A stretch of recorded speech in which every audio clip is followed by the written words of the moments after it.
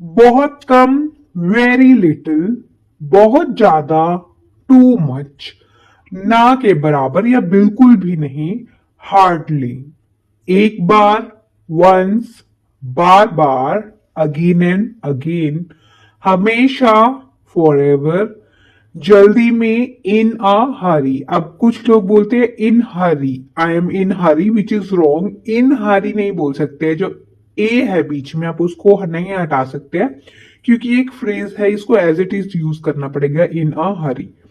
धीरे धीरे, step by step, अपने आप, ऑटोमेटिकली। कई बार हम बोलते हैं ना कि ये अपने आप बंद हो जाएगा, this will shut down automatically. तो अपने आप के लिए हम ऑटोमेटिकली बोलेंगे कि ये खुद से हो जाता है, बिना पूछे, विदाउट आस्किंग, ध्यान से, माइंडफुली, संयोग से, बाय चांस, समय पर, ऑन टाइम, एक ही बार, ओनली वंस, अलग अलग, सेपरेटली, एक साथ, टुगेदर, बिना किसी डर के, फियरलेसली।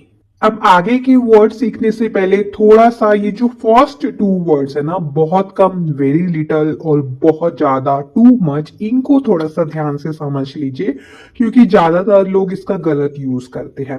वेरी लिटल और टू मच, इनका यूज आप हमेशा तब करेंगे जब आप किसी ऐसी चीज के बारे में बात कर रहे हैं या किसी ऐसे टॉपिक के बारे में बात करें जिसको आप काउंट नहीं कर सकते। फॉर एग्जाम्पल, मुझे इस विषय में बहुत कम नॉलेज है, I have very little knowledge about this topic.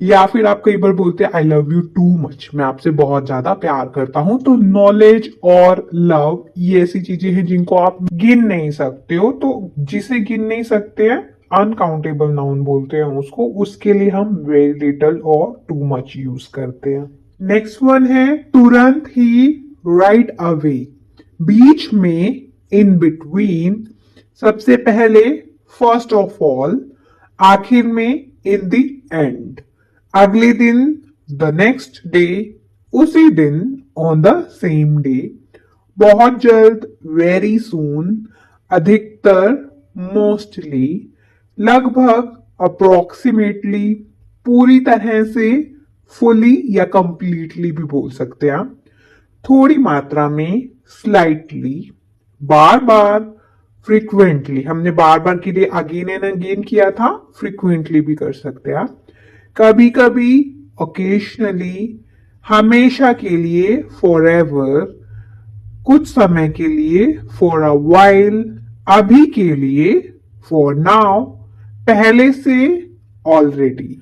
अब पहले से को अगर हम सेंटेंस के हिसाब से देखें, आप बोलना चाहते हैं अगर कि मैं पहले से वहां जा चुका हूं, इसकी इंग्लिश होगी I have already been there. अब यहाँ पे बी एक वर्ड यूज हुआ है, BEEN, इस वर्ड की दो प्रोनाउंसिएशन होंगी। आपने बहुत से लोगों को आजकल इसे बिन बोलते हुए सुना होगा, विच इज अमेरिकन प्रोनाउंसिएशन, और हमने बचपन से स्कूल में जो भी बोला है इसको बीन बोला है। So that is British pronunciation. So whatever pronunciation you follow, you can choose according to that, but दोनों ही ठीक है। नेक्स्ट वन है अनदेखा करना, इसके लिए बोलते हैं ओवरलुक। जैसे कोई गलती आपको पता है, कुछ गलत हो रहा है लेकिन आप जानकर भी उसको अनदेखा कर देते हैं, तो दैट इज ओवरलुक। आश्वासन देना, अश्योर, छल करना, बिट्रे, सहन करना, एंड्योर, तिरस्कार करना, स्कॉन, खोजना, डिस्कवर, विफल होना, फेल, प्रेरणा देना, मोटिवेट, सतर्क करना, अलर्ट, विवाद करना, आर्ग्यू, वाद विवाद जैसे बोलते हैं ना, वाद विवाद, तो दैट इज आर्ग्यू, आर्ग्यूमेंट होता है वाद विवाद।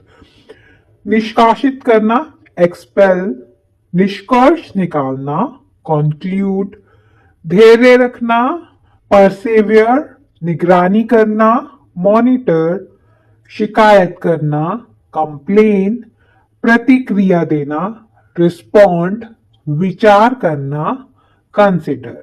Subscribe for more.